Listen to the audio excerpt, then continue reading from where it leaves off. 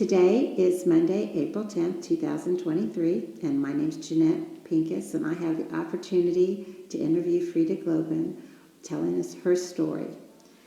Frieda, first I'd like for you to begin with, to tell us about your family, your parents, if you know anything about your grandparents also, their names, where and when you were born, just however you want to start. Now, I remember nothing about my grandparents. They were in Poland at the time I was born, and I never met them. And I was born December 25th of all days, and that was in 1932. I am now 90 years old, and I have some very fond memories of growing up in South Dallas. We had a whole group of friends, and we all walked where we wanted to go, and we even walked the railroad tracks to visit a friend who lived on the other side from the side that we lived on, and that was Shirley Goldstein. Her dad had the Joe's Gun and Lock Shop, and one of the fond things I can remember that the shows at Fair Park, I forget what they called them, but they would borrow things from his store, and in turn they presented him with tickets for whatever show was on, and Shirley was allowed to take, I think, 2 or 3 of her friends for each show, and we had a good time. We had nothing. Honestly, I will say we basically had nothing. Shirley was among the fortunate ones. Her daddy was doing very well, and we used to love going to Fair Park with them and seeing the musicals, and that's when the musicals were played outside rather than inside. And we had a group, and we were just all good friends and got along well, and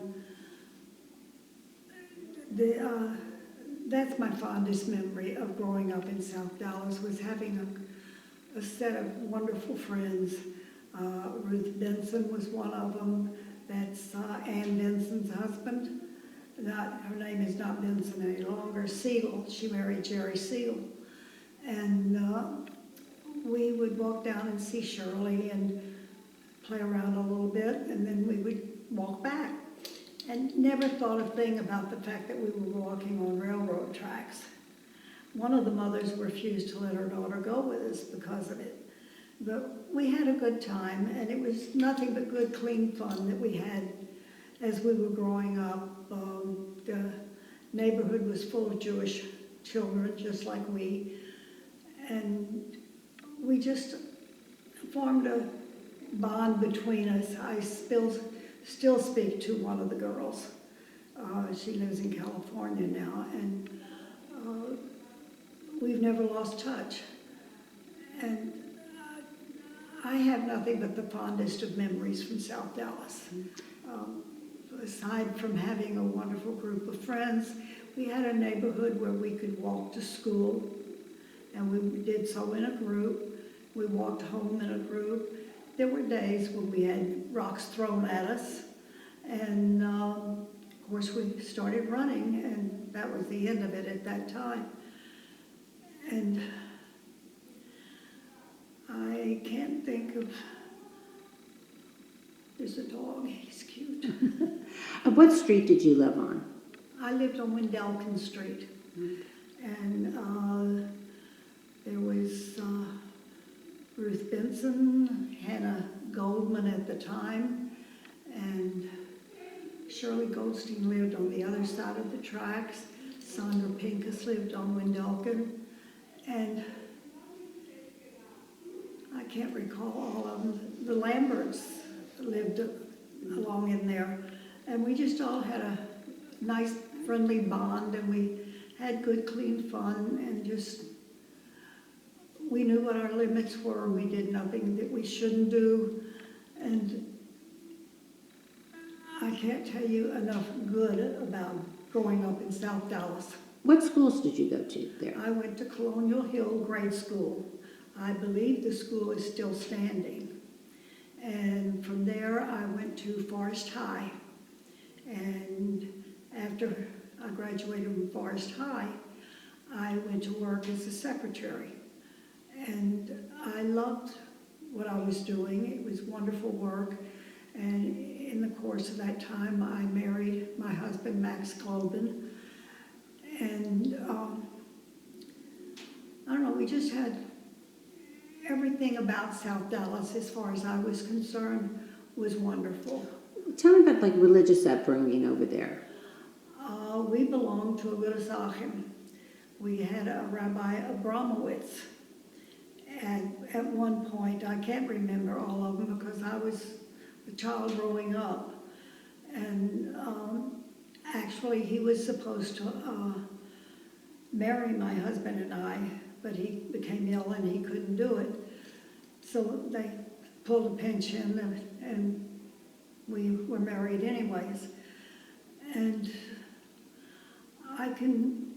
truthfully, I can only remember fond memories of South Dallas and the kids that we played with. It didn't matter who you were, what you had, what you didn't have. We were just friends, and we had a good time playing and doing whatever. I'll never forget one time somebody called the newspaper out because one of our friends, Ruth Benson at the time, was drawing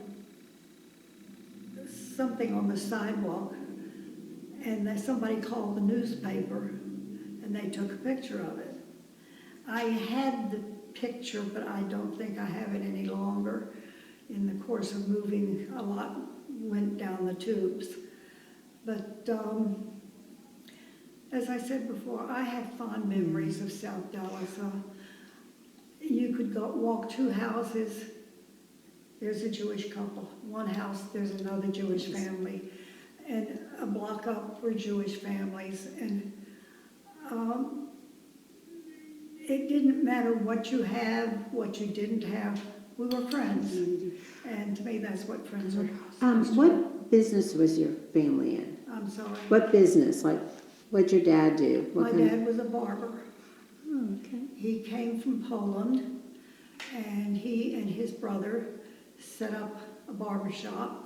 His brother was also a barber. They were trained barbers in Poland, and their training was quite strict. And he used to cut not most, but a lot of the physicians. And as a matter of fact, I wore hand-me-downs from one of the physicians who he, of course, worked in Dallas, and my dad cut his hair at least once a month, if not more often. And I can't begin to remember all the people. He was at one point in business with Andy Witebski, who was known with the sign in his window, "Barber to the Stars." And when Andy passed away, my father bought the shop and took it over, and he eventually moved towards the courthouse. And when, what's his name? It's quite notorious. Anyway, his name will come to me eventually. But my dad used to cut many of the non-Jewish attorneys and doctors.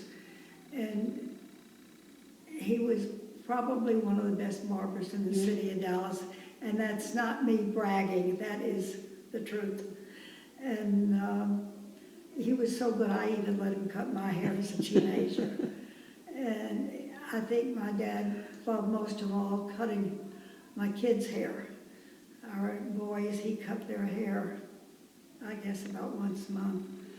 And that was even as they were youngsters growing up. And we just, I don't know, it's kind of like a bond that we formed by growing up together. And my friend lost her husband recently, and she called me to tell me she lived in California. And when I talked to her, it's like she was sitting in the next room.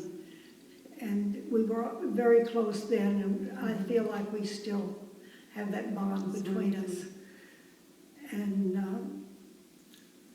I was very good friends with the mother-in-law of the lady who's doing this interview. And we were very, very close friends. We did dinner and everything, and I can't say too much good about growing up in a community that had as many Jewish people, almost as much as there were non-Jews. So did you feel like, was there a JCC that y'all went to? Oh, Did yes, you we have did. socials, and were there youth groups and things like We that? had a Jewish community center on Pocahontas Street, and every Saturday night when the war was on, the girls had nothing to do, so we would go to the center and we would dance with the boys, the soldiers, whatever they may be. And on Sunday mornings, we had breakfast for them. I think it was a Mrs. Aronoff used to come to the center every Sunday morning and make breakfast for the soldiers that came in. And in my mind, it was, we were doing good, but we also had a good time at it. And I think that it's, in my honest opinion, I think it's one of the nicest things that we could have done for soldiers that were mostly Jewish and away from their families. We would have bagel and lox for them, etc. And Mrs. Aronoff used to come and fix the breakfast, and we would serve them. And we did sports and everything. And as I said, I think that probably one of the prominent things from the center that I can remember are the girls playing basketball, volleyball, and I don't believe the girls played baseball at the time. But we had it was a good place to hang out. And I don't honestly know what we would have done without the community center. And it was just good, clean fun. And to me, I think that's the most important thing, is to be with your Jewish friends and being able to play freely as Jewish children. And it was good. How did your folks get here? I know you said they came from Poland. How did they end up in Dallas? My dad and his brother, my uncle, came from Poland before my mother and my eldest brother. And they came and they set up a barber shop. They were barbers in Poland. And they had gone to a barber school. They just didn't pick up a pair of shears and start clipping. So did someone sponsor them in Dallas, or did they start in New York and move to Dallas? They came straight to Dallas. I believe, and I'm not sure, either my dad or my uncle knew someone here. I honestly don't know the truth. I don't know what brought them here. But they built a nice Jewish life here. We went to Agudas Ahim in South Dallas. I can still remember going in on Yontif. And all the kids would go in and see their dads and moms for a minute in synagogue. And the next thing, we were all outside, and we were at a burger joint down the street from the synagogue, even though it was Yom Kippur. It didn't matter. And I had mostly fond memories. I guess we were chased a little bit by another ethnic group, and it didn't matter. We ran, and they were fine. So I don't know, I honestly would have loved to have my children grow up in that type of an atmosphere. Just as I hear my son telling me now that he wishes he lived in a neighborhood that like we had when we were first married. And I don't know, the times were much different then, and I had 3 brothers, and we were, well, as growing up we were not so close, but as we got older we were good. And my younger brother, Jaime, had married, and he was on vacation with his wife, and all of a sudden he had stomach pains, and so they decided to come back to Dallas. He went to the doctor, who sent him to another doctor, and he had cancer. And he was hospitalized, and I honestly feel like they used him as a guinea pig for different treatments for cancer.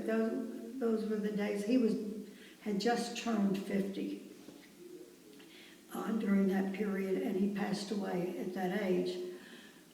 And I don't know what they did, what kind of testing they did, but I just know I'd go in one day and he said they had him down in surgery. The next day they had him walking, and things like that do stick with you.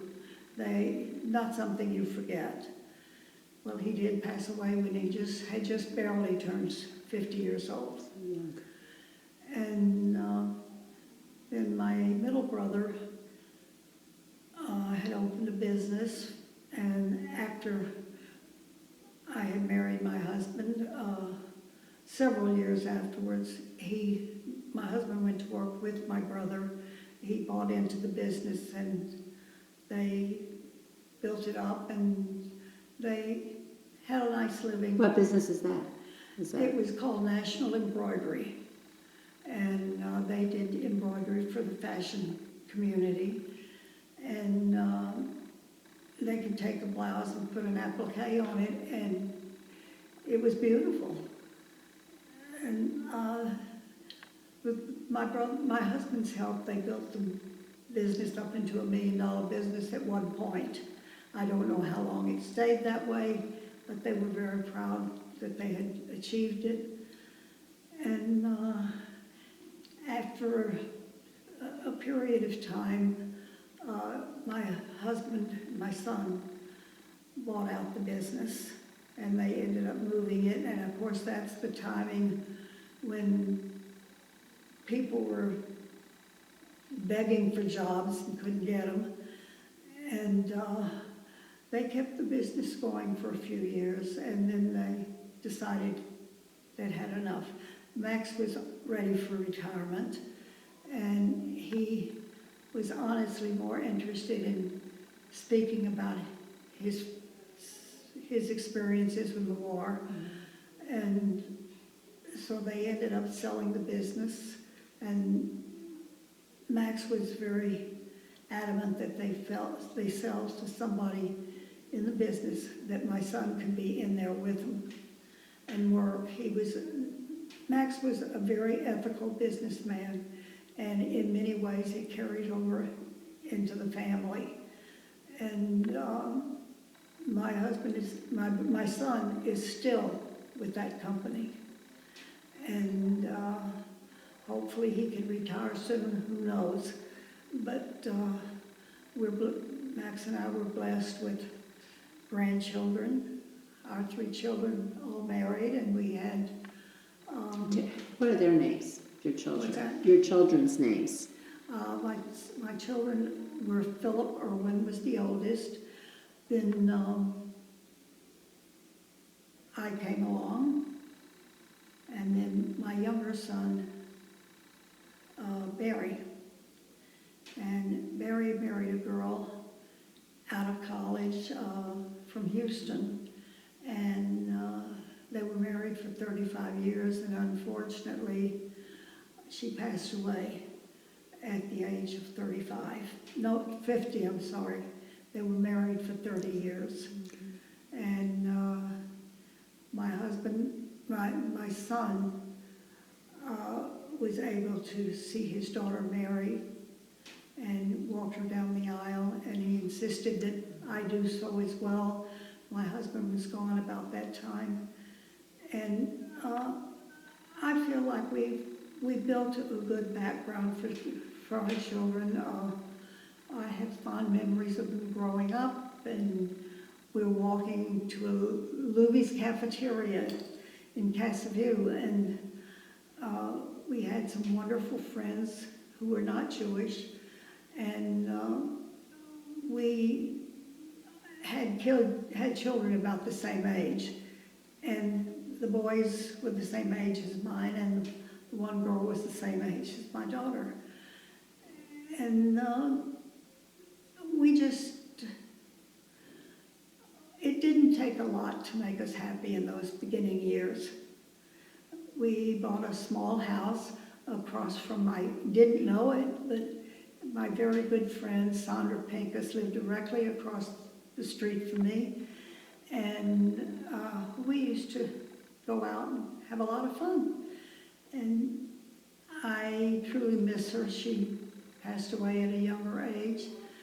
And I'm still here, and I'm probably one of two or three that is still here from the group that I was referring to earlier.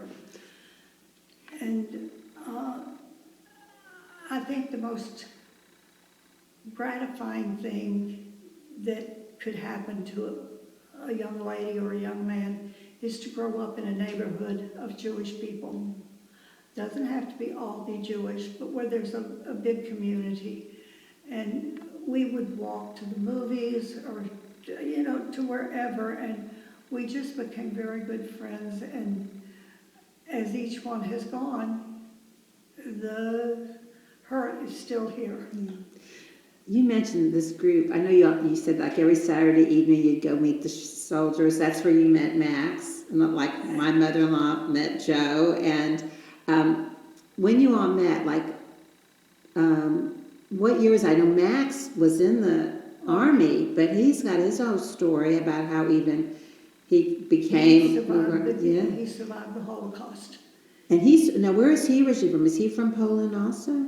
Yes, he came to the States from Poland. He went through the war. So your folks were alive and got to meet him? Yes, they met Max. Okay. They did, and of course, in those days, they all said, "Not good enough for you." I proved them wrong. Max.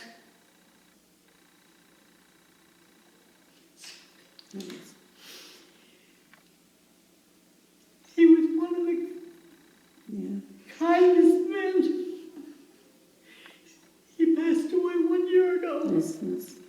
And one of the reasons he was not sorry to give up the business, but was so that he could do his speaking to the different church groups, etc., in Dallas, and it grew to where he was going out of town. He was even contacted by people in Hawaii, and he went to Hawaii and spoke to the Army base there. It's wonderful. And he himself thrived on speaking to these groups, whether it be younger children or older children.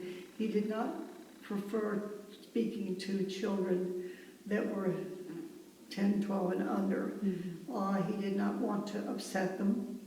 He tried desperately not to speak of the killings and everything during the war, but he gave an overlook of what was going on, and he evidently did a good job, because to my astonishment, on the way to his burial ground, going down the expressway, there were over 300 cars with people. That's wonderful. And many of them were kids from BBYO that he had taken to Poland and told his story there. And into Germany, and if nothing else, that his death magnified that speaking. And I know that you mentioned that Philip is He going is- in his place, the March of the Philip- Living this year. God bless him, is taking over what Max was doing. In a couple of weeks, he will be going to, well, actually, it's a week, he'll be going to Poland and to Israel with a group of teenagers from Dallas, such as Max did. Max made 13 trips with this Pam Fine, who is in charge of the March of the Living.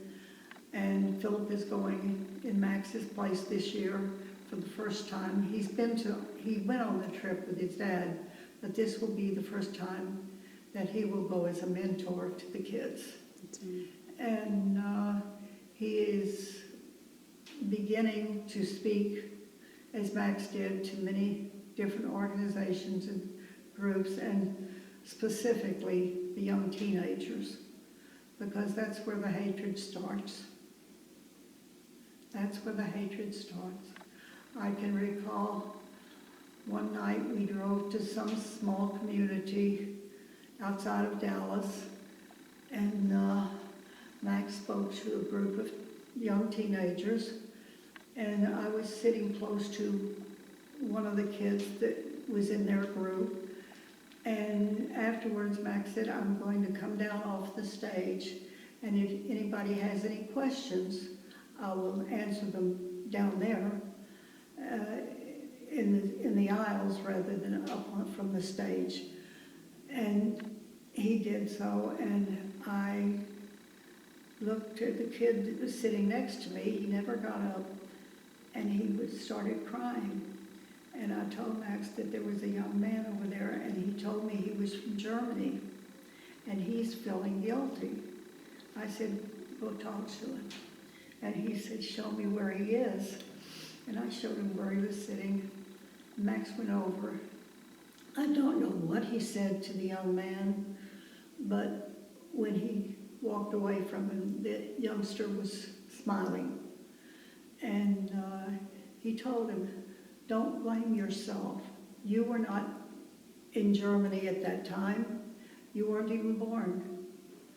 And the young man got up, had a smile on his face, and he joined the rest of his peers. And that's the type of impact Max could have on a child. And I think he accomplished much in his lifetime. Yes, And very rare did he ever turn anybody down on speaking. If they needed a speaker and somebody else couldn't do it, he would do it. And as a result, he touched many, many lives. And I feel like those youngsters have gone the right path rather than the wrong path, just because they listened to Max speak. It made a difference. There were so many teenagers and kids who had gone on to college at Max's funeral that I can't begin to tell you.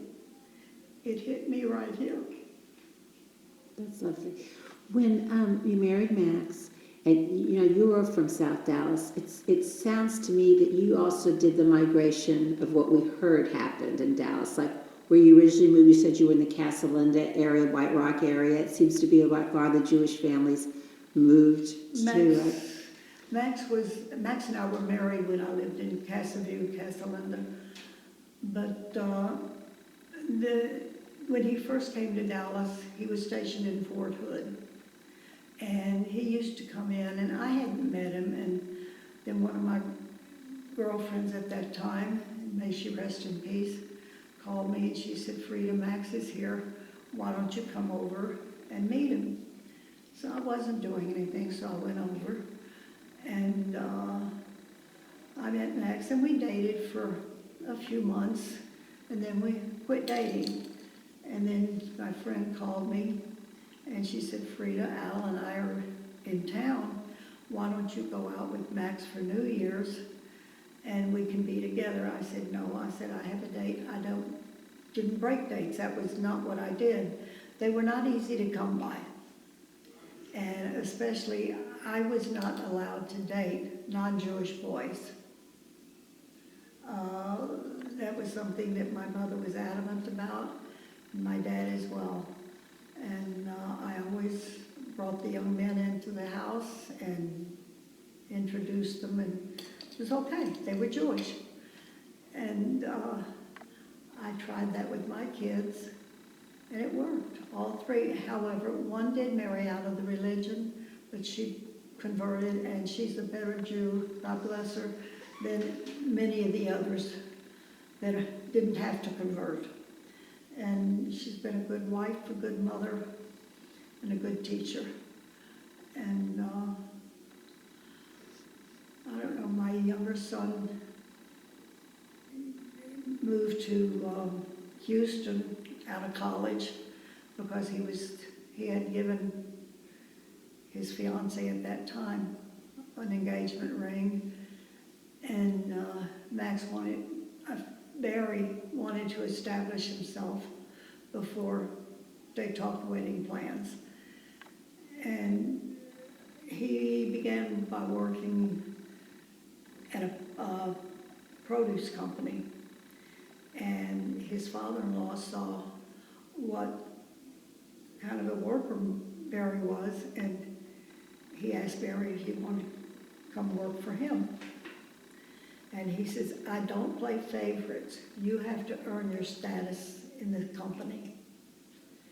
And Barry thought about it, and he said, okay.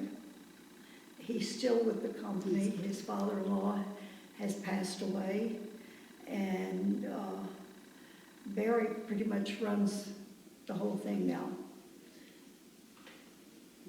That's why he's staying in Houston. I'm sorry. That's why he's staying in Houston and not being here in Dallas. No, he feels like his family is in Houston. Yeah, his children. However, his mother-in-law had passed away, and his father-in-law passed.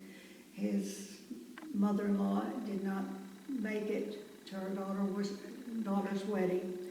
However, Barry called the rabbi, and he came in, and most of our family came in, and he wrapped the in-laws' tallis around the couple, and he said a blessing and everything, and this way we felt like Evelyn got to see her daughter married.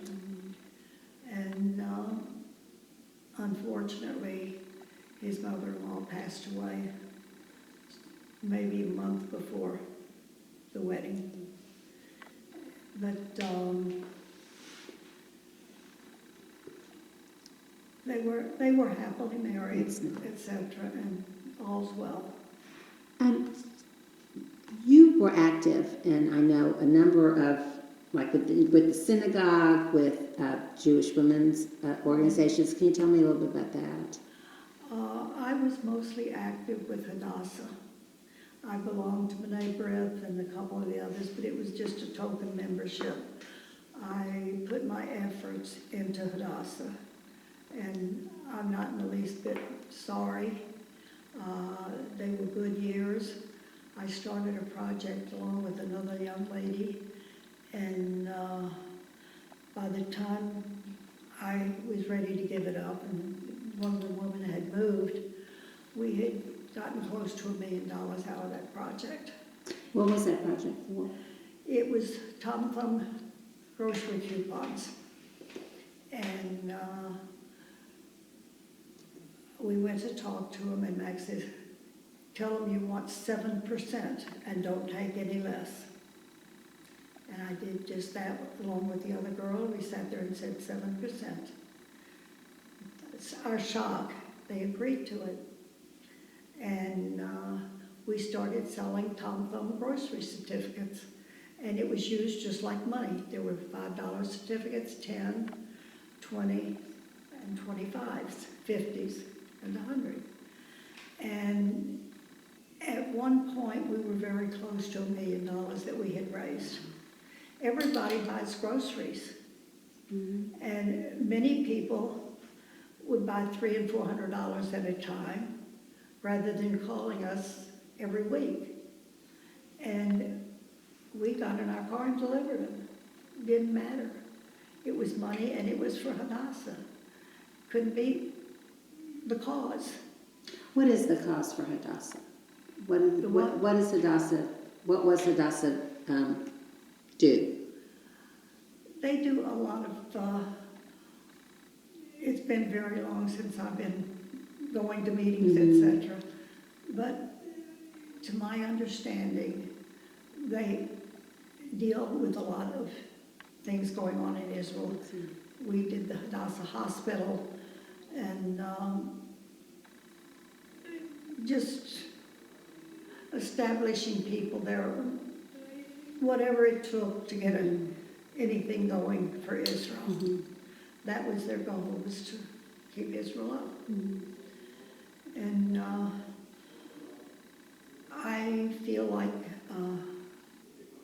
I did not my complete share. You can never do enough for an organization with the reputation that Hadassah has.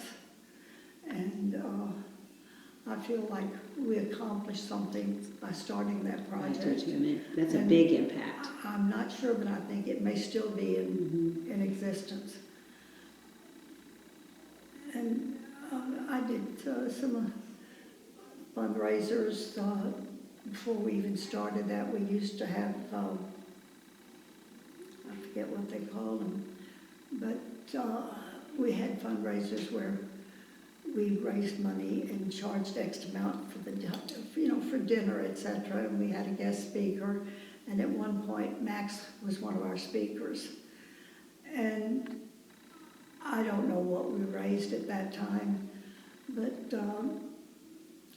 it was things like that that kept my life meaningful. I started a little bit with B'nai B'rith. I didn't stick with it very long. My kids were past BBYO, and I ended up putting my main efforts with Hadassah, as well as the fact that I had become friends with a woman, may she rest in peace, from California, who had moved to Dallas, and she was very active in California with Hadassah, and I just kind of worked with her side by side, as well as my own and with others. And I don't regret 1 minute of it. To me, it's not just an organization. If people can help teenagers grow up and become meaningful citizens, that's worth every inch you can give. And I feel like that's where Hadassah helped them. I honestly do. And I would still be active in Hadassah if I could. I'm a life member. I made all my children life members. My daughter-in-laws, son-in-law, they're all members of Hadassah. It is one of those organizations that has stayed. Many have no longer in existence, but Hadassah is strong. Yes. Looking back over all these years, is there any events or things that were happening in the world that kind of made an impact on you too, that you remember as you were growing up? And there's been things with Israel, but if there was anything that seemed like even when you were young that you remember that. I really can't not off the top of my head. I'm sure there were a lot of things happening in Israel, and I guess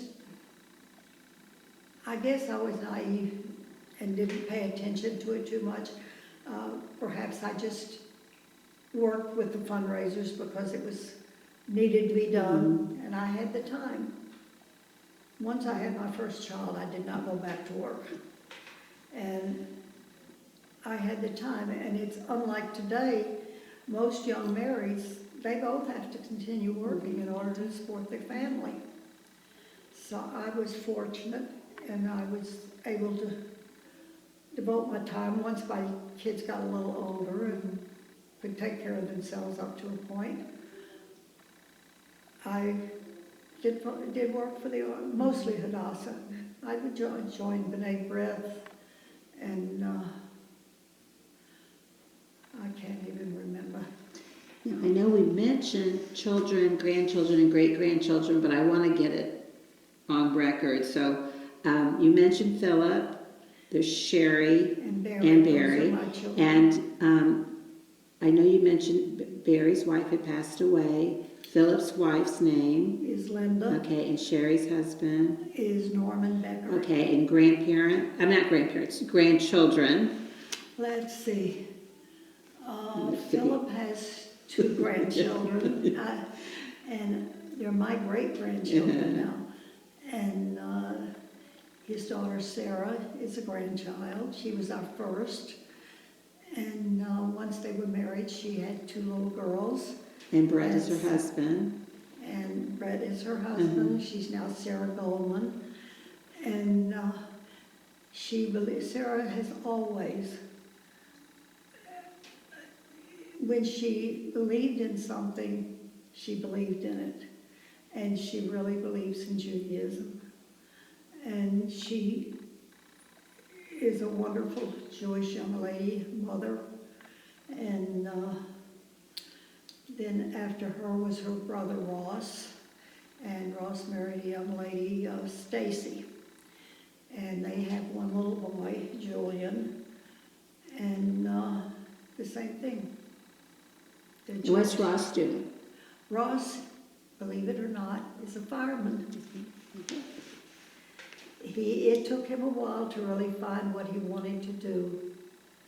And he decided just maybe 2 years ago that being a fireman was what he wanted to do. And I talked to him the other night, and I said, Ross, tell me, do you regret going into being a fireman? He said, absolutely not. He says, I love it. And he said, Stacy is good about it when I have to sleep over at this station, and she has to have full responsibility of the baby. And he found himself. And that takes care of Philip and Linda's 2 children. Then my daughter had 3 children. And she had a boy first, Alec, and he now lives in Houston, married. So far, no children, but I've got my fingers crossed one of these days. And he married a very nice lady, Ellen, and they're happily married and live in Houston. And as a matter of fact, they go to dinner every Thursday night with my youngest son.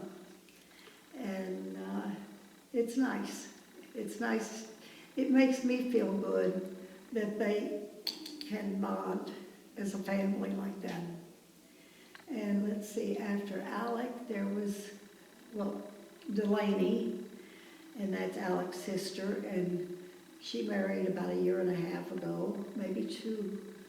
And she lives here in Dallas, and she is an RN, but she is going further with her degree, and she's back studying to go further and become a better nurse, a bigger nurse, whatever.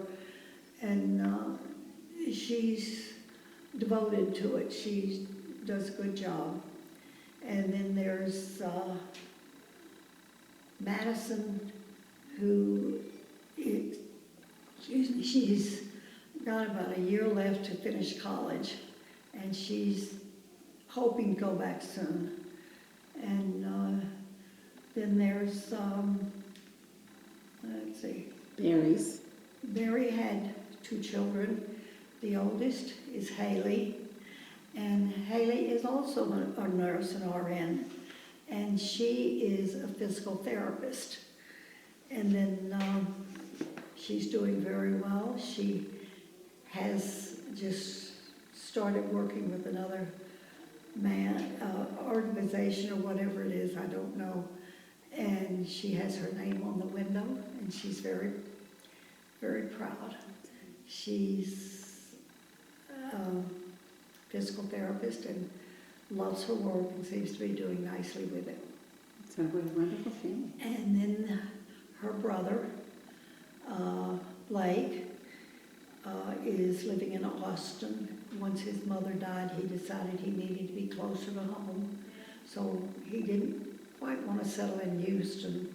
So he found a position, which is really, I guess, better than the one he had in Memphis. And he's doing nicely. He just bought his first house. He has a girlfriend, and I'm keeping my fingers crossed. And after him, the only other one that won't be married is Madison. And I feel she will eventually. You're a wonderful family. I think so. Is there anything else that you'd like to add that we haven't talked about? I honestly don't know. I can't say enough about my children. I was thoughtful one night, just sitting there, and I thought of my life and my children, and I thought, Frieda, you didn't do too bad. You raised 3 children, with the exception of 2. They're all married. They all have their own families, and they're doing nicely. I don't know what more to say. They're all following their Judaism. And to me, that's important. It was probably the most important thing to my parents. And one of my children asked me one day, they said, Mom, you told us we could not date anybody that was not Jewish. He said, why? I said, because what you don't know, you can't fall in love with. And that was my theory. And evidently it worked. Now, Philip's wife is a convert, but you couldn't ask for a better Jewish girl. And my children all stayed within their religion, and they go to the synagogue occasionally on Shabbos. They're not faithful about it. And they raise their families to be Jewish, and they're all doing nicely. And I sit here as a very proud mother. Well, thank you so much for sharing your story You're with quite me. welcome. I'm so honored that I got to do it with you. Thank you very much.